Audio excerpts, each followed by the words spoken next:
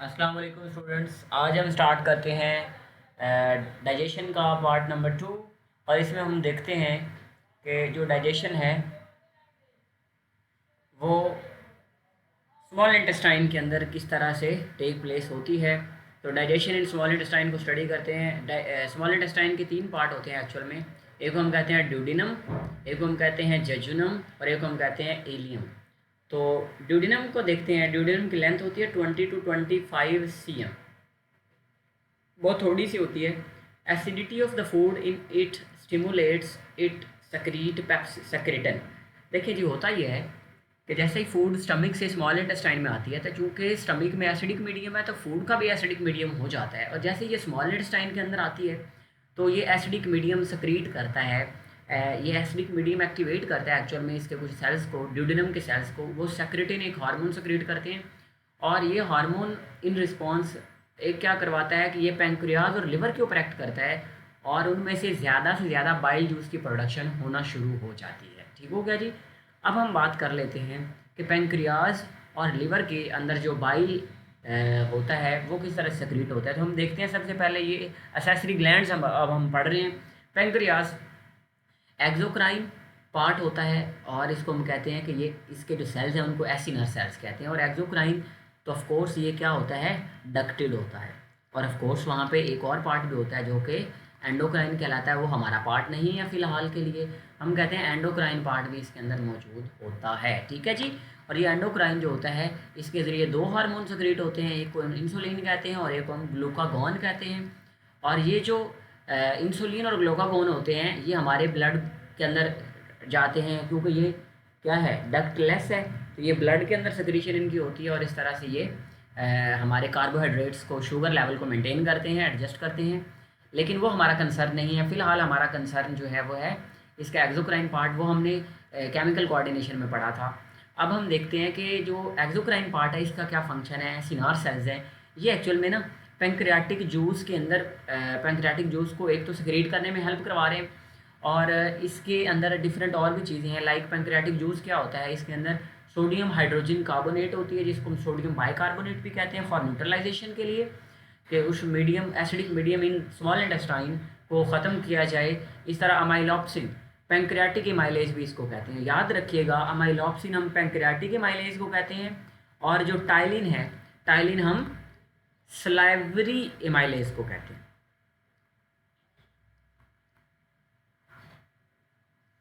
इसी तरह लाइपेज होता है लिपिड डाइजेशन के लिए और ट्रिप्सिनोजिन फॉर द ट्रिप्सिन में होता है और ये प्रोटीन के डाइजेशन करवाता है। देन आता है liver, it secretes bile which is a temporarily stored in the gall bladder. Actually हम कहते हैं कि ये बाइल सक्रीट करता है और बाइल की सक्रीशन या फॉर्मेशन लिवर में होती है, बट वो स्टोर कहाँ पे होता है, स्टोरेज। इसके साथ एक छोटा सा इस तरह से ऑर्गन होता है। ये अगर हमारे पास लिवर है तो छोटा सा ऑर्गन ये होता है, इसके साथ ही अटैच होता है एक डक्ट के ज़रिए से। तो हम कहते हैं कि गॉल ब्लैडर होता है और इसके अंदर ये टेम्परेरी स्टोर करता है बाइल को। अब बाइल जो होता है वो ग्रीन कलर का होता है। एक्चुअल में ये ग्रीन कलर क्यों होता है एक्चुअल में, तो हम कहते हैं कि जब 120 डेज़ के बाद आरबीसी टूटते हैं ना तो उनके अंदर जो हीमोग्लोबिन है वो सबसे पहले बिलीवर्डिन में चेंज होती है और बिलीवर्डिन से बिलीरुबिन में चेंज होती है। तो बिलीरुबिन का फॉर्मेशन जो होती है तो हम कहते हैं कि इसका कलर क्या हो जाता है, एक्चुअली ग्रीन हो जाता है। एक्चुअल में ना इसका कलर ग्रीन होता है और एट द एंड ये आहिस्ता आहिस्ता येलोविश की तरफ जाना शुरू हो जाता है। तो हम कहते हैं कि ड्यू टू बिलीरुबिन प्रेजेंट इसका कलर ग्रीन होता है। ये वाटरी फ्लूइड है और इसके अंदर कोई एंजाइम नहीं, ये वाली बात आपने याद रखनी है। Which secretion does not have enzyme to bile, bile के अंदर कोई एंजाइम नहीं होता। फिर इसका क्या काम है वो देख लेते हैं। लेकिन ये एमल्सिफिकेशन करवाता है, एमल्सिफिकेशन ऑफ फैट्स एक्चुअली, यानी कि फूड को अंदर जो फैटी फूड है उसको तोड़ने के लिए और वाटर सॉल्युबल फैट्स बना देता है। ठीक है, छोटे छोटे। प्रॉब्लम इससे रिलेटेड क्या हो सकते हैं जी, हम कहते हैं इसकी वजह से जॉन्डिस हो सकता है जी। यानी कि अगर आपकी बिलिरुबिन बहुत ज़्यादा अमाउंट में बनना शुरू हो जाती है तो जॉन्डिस, यानी कि एचबी की ज़्यादा ब्रेक डाउन से ज़्यादा ऑफकोर्स बिलिरुबिन बनेगी और जॉन्डिस हो जाएगा। जॉन्डिस एक्चुअल में क्या है, yellowing of skin and sclera of the eye. जो आपकी आईज़ के वाइट पार्ट होता है ना उसको सक्लेरा कहते हैं। और अगर वो वाइट होना शुरू हो जाए ना या स्किन येलो होना शुरू हो जाए, सॉरी वाइट कह रहा हूँ, येलो होना शुरू हो जाए, तो ये कंडीशन होती है जॉन्डिस, जो कि आपको बताती है कि आपको हेपेटाइटिस हो गया है। ठीक ठीक हो गया जी। और डिफरेंट डिजीज़ इसके साथ रिलेटेड हैं जी। अब हम कहते हैं गॉल स्टोन, अगर ये गॉल ब्लैडर के अंदर है तो गॉल स्टोन भी कॉज कर सकते हैं अगर ज़्यादा अमाउंट में प्रोटीन वगैरह होंगी, और इस तरह से ये रप्चर भी हो सकता है आपके गॉल ब्लैडर का। तो इसके बाद वाला जो पार्ट है दैट इज़ द जेजुनम।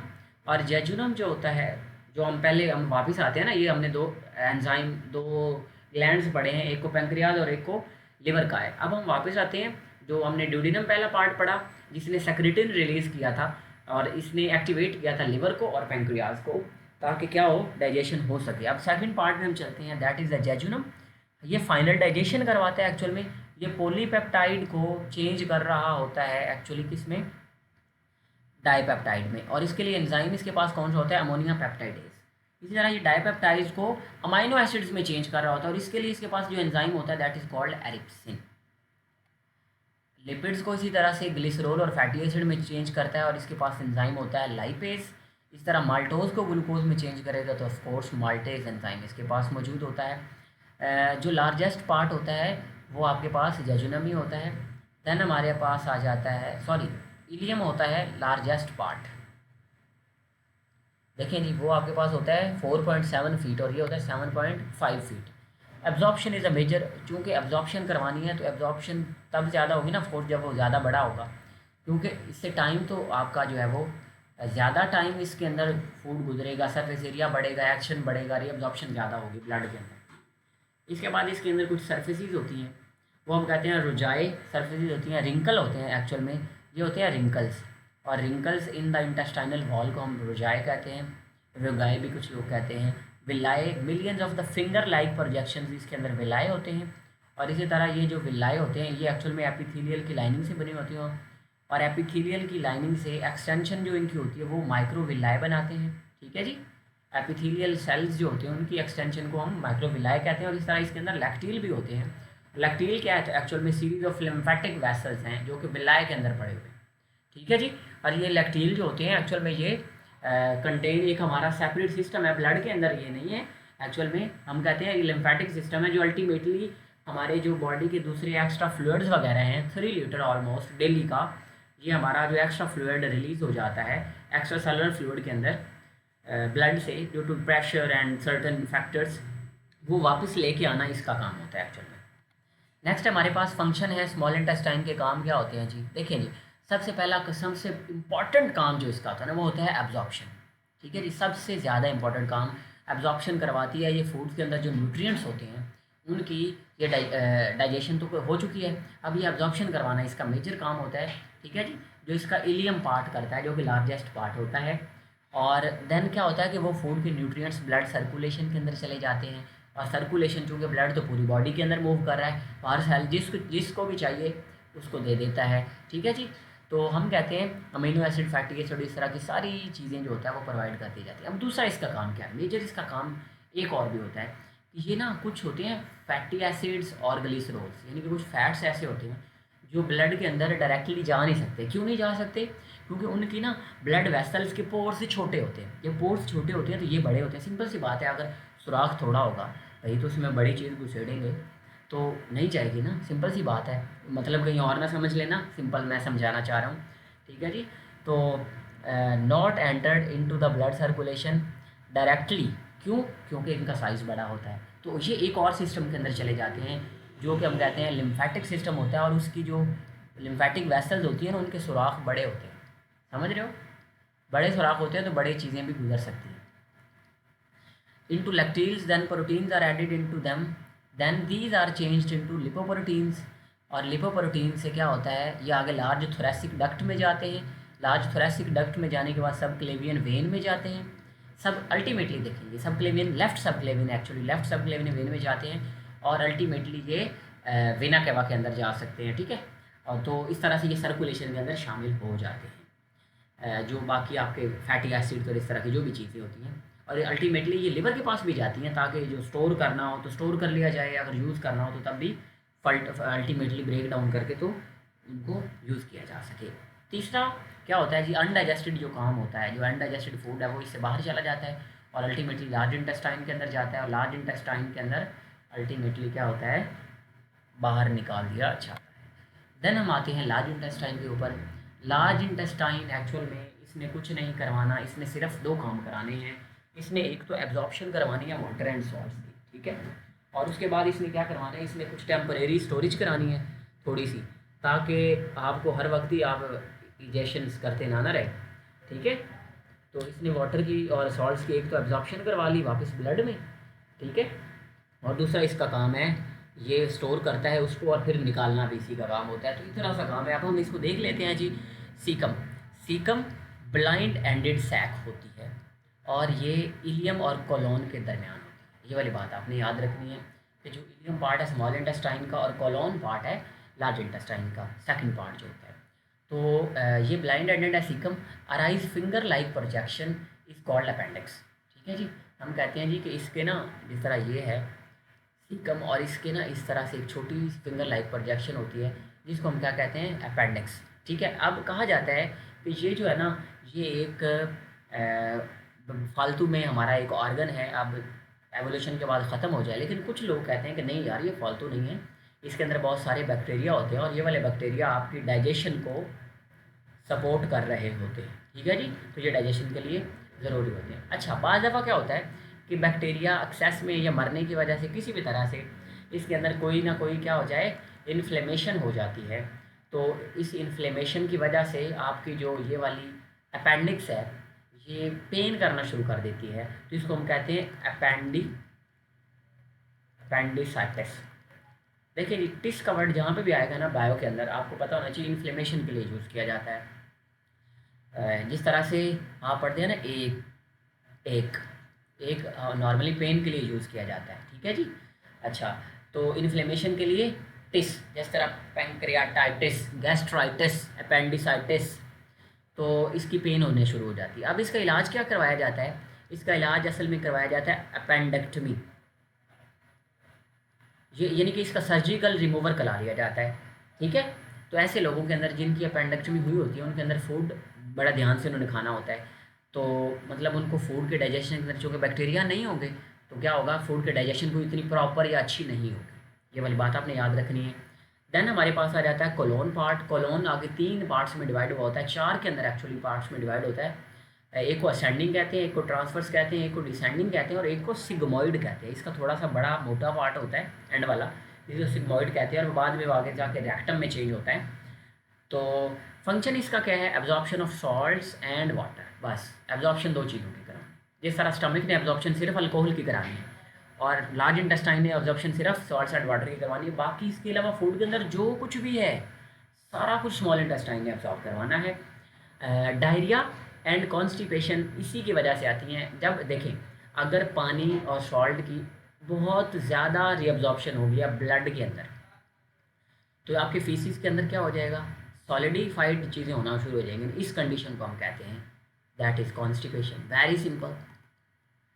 और अगर ये देखें यहाँ आपके डाइजेस्टिव सिस्टम के अंदर न्यूट्रिएंट्स और फूड्स का अनडाइजेस्टेड फूड पड़ा हुआ है, अगर कि इसकी एब्जॉर्प्शन कम हो ब्लड के अंदर इसका पानी कम रिलीज़ हो तो ये क्या होगा, ये लिक्विड ही रहेगा।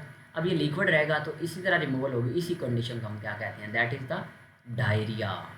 तो इतनी सी बात है। अब ये डायरिया एब्जॉर्प्शन की कमी या एक्सेस की वजह से हो सकता होता है। अब रेक्टम है, रेक्टम क्या करती है, जैसे मैंने कहा था लार्ज इंटेस्टाइन के मेजर 2 काम है, थोड़ी बहुत एब्जॉर्प्शन कराती है और फिर टेम्परेरी स्टोरेज कराती है और रिमूवल कराती है। तो टेम्परेरी स्टोरेज जो होती है ना वो एक्चुअल में रेक्टम में होती है। और इसका फ़ायदा क्या होता है, इसका फ़ायदा ये होता है कि आपको हर वक्त पैम्पर की यूज़, आपको हर वक्त स्टूल लेने नहीं पड़ते, आप हर वक्त जो है वो वॉशरूम में थोड़े बैठे रहेंगे। तो इस तरह से कॉन्टीन्यूस इजेशन से बचाता है। जिस तरह आपने पीछे पढ़ा था कि स्टमक जो होता है वो कॉन्टीन्यूस फीडिंग से बचाता है, तो रेक्टम जो होता है वो कॉन्टीन्यूस इजेशन से बचाता है। डेफिकेशन रिफ्लक्स के ज़रिए ये रिमूव कर लिया जाता है। अच्छा, जिस तरह आपने पढ़ा ना कि सीमन की रिमूवल भी एक रिफ्लक्स के ज़रिए ही होती है, इसी तरह से आपकी जो इसकी रिमूवल है वो भी एक रिफ्लक्स के ज़रिए होती है, मतलब फ़ौरन हो जाती है। अब नेक्स्ट हम इस सारे पूरे के पूरे चैप्टर की समरी देख लेते हैं।